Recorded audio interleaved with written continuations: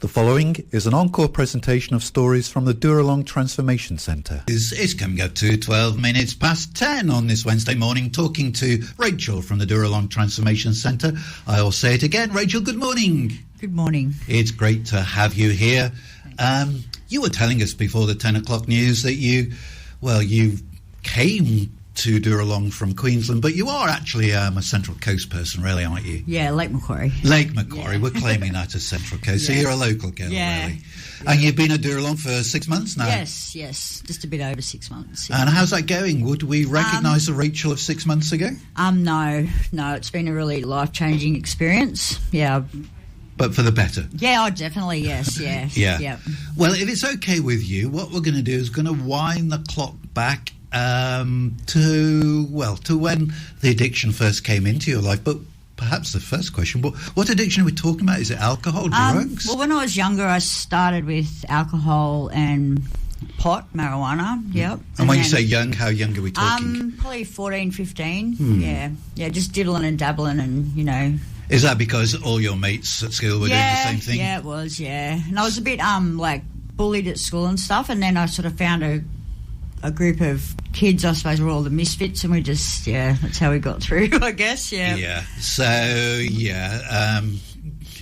everybody else is doing it. You do it to fit in, really, don't you? Yeah. You don't want to be the weird one who doesn't join in with everybody. I think, and also, I'm not sure now, but looking back and just understanding addiction more, I think it must have suited a cause, you know, like block things out that maybe I was trying to, block out of my life. Like, look, and I can tell the listeners, and we're not going into the detail, but Rachael was telling me earlier on, whilst the news was being broadcast, that there was childhood trauma that she experienced, and so part of the drug taking was to block that out, was it? Yeah, well, I can't remember remembering things, but I think it was. Like, now I've, gone through this journey, I sort of understand and put the pieces of the puzzle together, and I can, You can see why. Why, maybe, that's right, Yep. So there you are, you're in your teens, you're doing what some of your mates are doing, you're taking pot, and you're probably wagging school, and there's all I these was, things. Yeah. And I left school early, and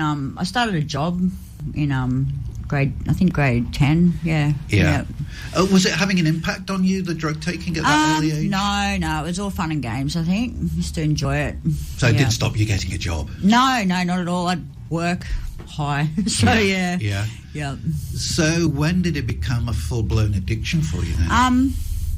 Well, I've struggled on and off throughout the years. When I was younger, I had a daughter, and she was, through a bad relationship, and it wasn't really a good relationship. And then that was, I was on drugs really bad then. And so we moved up to Queensland, and my mum and my dad took custody of her, and they've raised her ever since. Praise God for that. And then I sort of come out, I don't know, I've just been on and off throughout life a lot. And then I've sort of, at times, I've connected with churches, and it sounds from what you were saying there, that the drugs were just a way of getting through the day. Well, toward the end it was, because I was in a really bad domestic violence relationship for a long, 8 years. And, I knew better. I sort of, because I've always been raised, my mum taught me a really beautiful image of God, and I was really raised well, but I knew better, than what I was, the path I was taking. I knew of God, and I knew, there was another way, but... Yeah. But it's not easy, because we were talking, I think it was to Neil a couple of weeks ago, who was also in an abusive relationship, and the reaction of some people is, why don't you just leave? But it's not that easy, is it? No, it's not, no. So how long was that abusive relationship? That was your life? 8 years, yeah. And then in the end I got married, which was really a bad decision, but I was just so, now looking back, I was just so broken. Yeah. Were you seeking out... Were you seeking out help? Were you looking for rehabs and that type of thing? No, not back then. It wasn't toward, after that relationship ended, I ended up going to refuge and stuff, but I really went on a downward spiral from there, and that was for the last 6-7 years, And then, I had a bacterial infection, I nearly died, and that's when I sort of started to think about rehabs, but it took me quite some time after that to actually make the move. And so that was a bit of a wake-up call for Yeah, it was, yeah. Also, I ended that relationship, and also my father died, and I just wanted to block life out, really. But you did start to think about rehab? Oh, definitely, yeah. It was sort of like suggested. That was in 2017, but it took me a good year to actually make a move and do something. But would I be right in thinking then perhaps that Dooralong wasn't your first rehab? No, it wasn't. No, I started in a rehab out at Encore, Destiny Haven. Yeah, but that was very confronting, I think, because it was my first rehab. I think what I've heard from other girls and stuff, it's some people get it the first time, but and we did a lot of trauma work there too, and I think I was just really it was a beautiful rehab and stuff, and no fault to them. It was just I remembered things that sort of re-traumatised you. Oh, definitely, yeah. And if I had stayed, I would have been great, but I just is it? Flight. And you just flew. Yeah, and I did, and I disappeared on my family for a good 6 months. They thought they were going to put me as a missing person, which I look back now and I'm just so sorry for that. It was the most traumatic thing I could have done to my mum, my sister, and my kids. Yep. But you were fleeing from all the memories and fleeing from reality. Yes, reality, yeah. And I think it was a good part. It was a part of my journey. I hit that rock bottom there. I was homeless. I was back to where I started my drug career, so to speak, back and in the thick of the worst of the worst places I could have been. And I sort of But you didn't stay there, did you? No, I didn't. Because even though you've had one in inverted commas, one bad experience of rehab, you kept at it. You kept. Oh, definitely, I did. I wanted to come to Dooralong back then, but as Dooralong's very, it's a very sought after place. Very popular. So I ended up going back up to Townsville Recovery Service, which is also a Salvation Army service, which I stayed up there for 10 months, which was really good. But I did want to get back down here to my family, so here I am. Sounds like you're quite close to your family, your mum and I do. I love my mum. A lot of since this last 6 months of working my steps and stuff, a lot of healing's happened in my family, and I do really love my mum and my sister, both my daughters. Very much. Okay, we don't want to stay in that bad place that you've had in your life, so we'll sort of look now towards Dooralong. You're up in Townsville. It's a Salvation Army sort of place that you're at up in Townsville, and they would have helped you to find a place at Dooralong, would they? No, I actually, when COVID hit, I sort of and I was missing my family, and we were just locked down up there, and I was because Queensland's a total different system to New South Wales, so I was and I went down to, because I knew I wouldn't get in there straight away, but so I went to Hervey Bay, and I went to a rehab there for a while, Transformations, but I just didn't like that program. They were good rehab and stuff, but just wasn't for you. No, I really like the Salvation Army gives you that. The spiritual side of things. And just that freedom, that trust and freedom to interact with the world. Some rehabs just lock you in, and but that's good for some people. Yeah. You're not a quitter, are you? Because some people would have said, well, look, I've tried rehab twice. On each occasion it's not worked.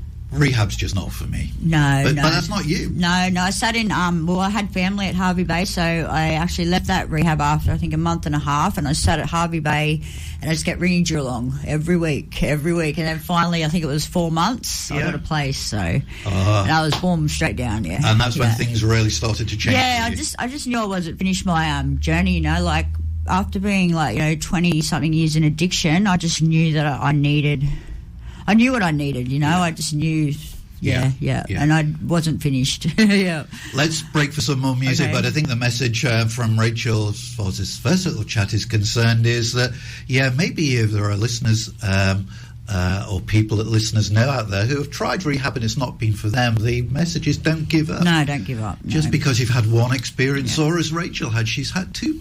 Well, I won't say bad experiences, but experiences that didn't work for her. But she came back and she kept going until we left Rachael at that part of her story where, she's been to a couple of rehabs. They haven't worked for her, but they have been stepping stones. She's certainly not given up. And then you get your wish granted. You find a place at Dooralong. Yes. Yeah. Yes. Was it as you imagined it was going to be? was being in the program up Townsville, so I sort of knew what it was going to be, but no, it's probably better, like, I don't know, God's just put the right people in place for me. Yeah, like as in my support worker and the staff there and stuff. It's been the right part of, right timing for the part of my journey I'm at. Yeah, you're in the right place at the right time with the right people. Definitely, definitely. So that's all come together. Yeah. So how long ago was it? You said I think it was 6 months. Yeah, just over 6 months. Yeah. So what have you learnt about yourself in these last 6 months? So much. I've learnt about doing the steps. I've learnt about my This is the 12 steps program. 12-step program. Yeah, I've learnt about like my defects in character and that addiction. It wasn't like addiction was like a Band-Aid for a deeper thing that was going on inside me, but I learned a lot of other like behaviours and stuff that I've also used as Band-Aids, like for my hurts and pains and stuff, and then you just sort of like... So you were not dealing with these sort of childhood issues that happened in your life and the domestic violence. Yep. You were masking everything. Yeah, it's not only that. That's like started there, but there's so much after that. Is that right? Yeah, like I've been in a lot of abusive relationships, and and I think that relationships also have been like a bit of an addiction for me too. Like, or it's more you just look for that love, in the wrong places. Yeah.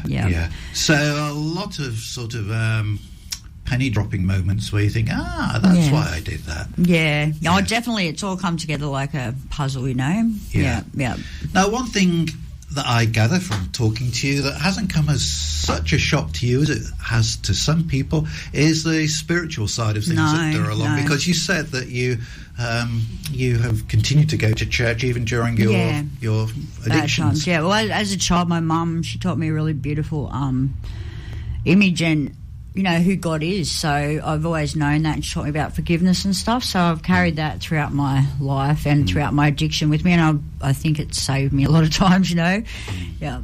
So the spiritual side of things, that's equally important to you as the sort of understanding the therapy around the drugs and all the rest of it? Definitely. And the good thing about Dooralong is, like they say, a God of your own understanding. So, it's an open thing but it's a spiritual program. Like they won't like throw God down your throat, even though I love God, but they won't throw him down your throat. You're not force-fed? No, not at all, no.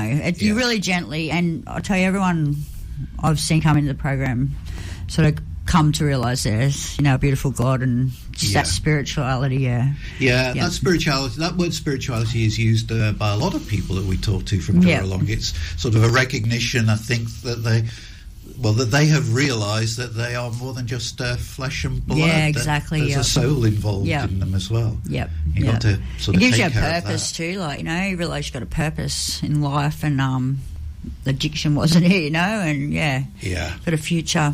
Yeah. So these past 6 months, they've been good for you? Oh, definitely, yes. Have other people noticed a difference in you? Your mum and people like that? I hope so. I feel there's been a lot of healing done in my family, like just from me, realising my behaviours and, the things I've done wrong. Like I'll tell you, had a total different attitude now toward like my mum and my sister and my girls, like to what I did 6 months ago when I walked in the program. It's just doing the step works just made me realise like what I did do and how I hurt them, and it was, and it's only what I can do about me and what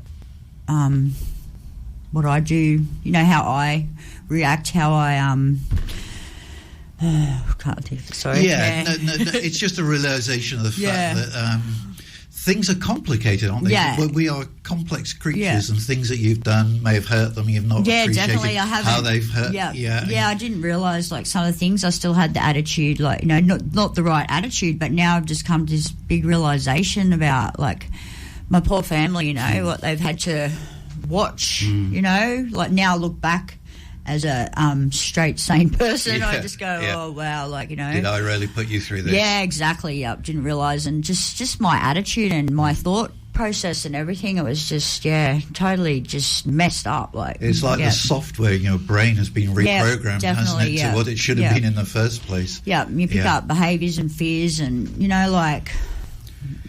But look, you're not naive enough to think that a magic wand has been waved by you. There's still, it's an ongoing process, and there's still hard work to be done. Yep, I'll never, like, I'll forever be in recovery, forever be working on. You cannot just think it's over or you're done. Like, I'm going to be a recovering addict the rest of my life. Yeah. And you told me some exciting news that's happening for you fairly shortly, I think, because your stay at Dooralong is coming to an end. Yeah, well, I'm graduating next Wednesday. Yeah, congratulations. Thank you. Yeah, and then I've been asked to stay on as a peer mentor, which is pretty exciting. And that involves what? Peer mentoring. but that means looking after the rookies. Yeah, just being there for my fellow peers and stuff. Yeah, just being a guide and if they're down or whatever, just recognising the signs. Yeah, people around me and just caring and loving. Yeah, my girls. Yeah. It's a real community, isn't it? Yeah, it is. Really good. I get the sense when people say how you're going, they actually mean it. It's not like the supermarket checkout sort of experience. No, what you learn there, like I've done a course mindfulness, and it's like about like mindfulness. You think meditating and whatnot, but there's like. You learn one of the subjects and it's listening, and it's just to listen to somebody, like a lot of people just say, "How you going?" and they don't really listen to the response. Yeah, good, whatever, but they really don't care. But I find listening to people and just remembering, like if someone said something was going on last week and then saying, "Oh, how did that go?" It's really just showing love, and you see how people appreciate that. You remember, and you really listen to them. Listening sounds so easy, but it's quite a hard skill to master, isn't it? And to sort of and it's so therapeutic for that person to be heard, I think. Yeah, it is, definitely. And not judged. That's the important thing. To just be listened to and acknowledged as another human. And Rachel will be, escaping is the wrong way to put it, but she's graduating next Wednesday, and then you said you were going to remain at Dooralong for a little while as a peer mentor. Yep. Yeah, and then what's going to happen to Rachel? Have you any idea, or are you just going to leave it to God? Well, I have been leaving it to God, because I was planning on leaving, next Wednesday. I was going to go to a halfway accommodation, but I got this opportunity, given to me, and I'm like, okay, I think it's good for my recovery journey. And but after that, I'm planning on going back up to Hervey Bay and live there. And there's a lot of work there. Like I wouldn't mind doing some sort of social work, something to help others. And I like the area too. And I just really don't think I don't want to stay down in this area. Like I think it's dangerous because you really got to think about your recovery journey. Where best is it going to be for me to sort of recover? Yeah, and even though my kids are down here, I really thought I was going to come down here and reconnect, and my future's looking a lot different to what I thought, but I really feel it's what. But you're okay with that? Yeah, definitely. Like I just think it's of God. Yeah, definitely. Yeah, God in my journey. Yeah. So, I know you've got some shout outs that you want to do, haven't you, Rachel? Yeah. So go for it. All right. Shout out to my mum, Heather. I know she's listening. I love you, Mum. And all my daughters and my sister and my caseworker Blanche. And your caseworker Blanche. And Dooralong. yeah. All the workers. Yeah. So all my girls. It's been a bit of a journey you've been on for the last 6 months, but it looks as if you've benefited immensely from it. Yeah, totally. I needed this. Like, at the start of this, I know people sort of doubted, like, why are you going back to rehab for another 6 months? But I just knew in my heart I wasn't done. Like, I needed things healed, and Yeah. And it's really really has helped, and people go, but your life and whatnot, but even though it's been 2 years, I'll tell you, I'm going to have the best life now, like the best future. It was necessary. Yeah, definitely. Yep. And God's with you. Yes, definitely, and I'm going to work for God in the future, I think. Well, we just pray God's blessing on your life as He sort of brought you to Dooralong. He sort of introduced you to all those great people that have sort of helped you on that journey. I'm sure He's not going to abandon you now. Well, no way. We know He's not going to abandon you now. So, look, give all our best to everybody back at Dooralong. And actually, 5 of us members from Rima are coming to your chapel service tonight, so I might see you again tonight, Yes, Rachel. you So, definitely will. Yeah, will you be sitting at the front singing your heart I'll out? make sure I got a front seat and we'll dance and clap and sing for you. Yeah. Okay, we'll be looking for the clappy, singy one. Yeah. Okay, thanks, All right. Rachel. Take Thank our love you. back to Dooralong. You've been listening to an encore presentation of the Dooralong stories, which can be heard live every Wednesday at 10 a.m. and repeated 8 p.m. Sunday and 1 a.m. Wednesday, right here on 94.9 Rima.cc.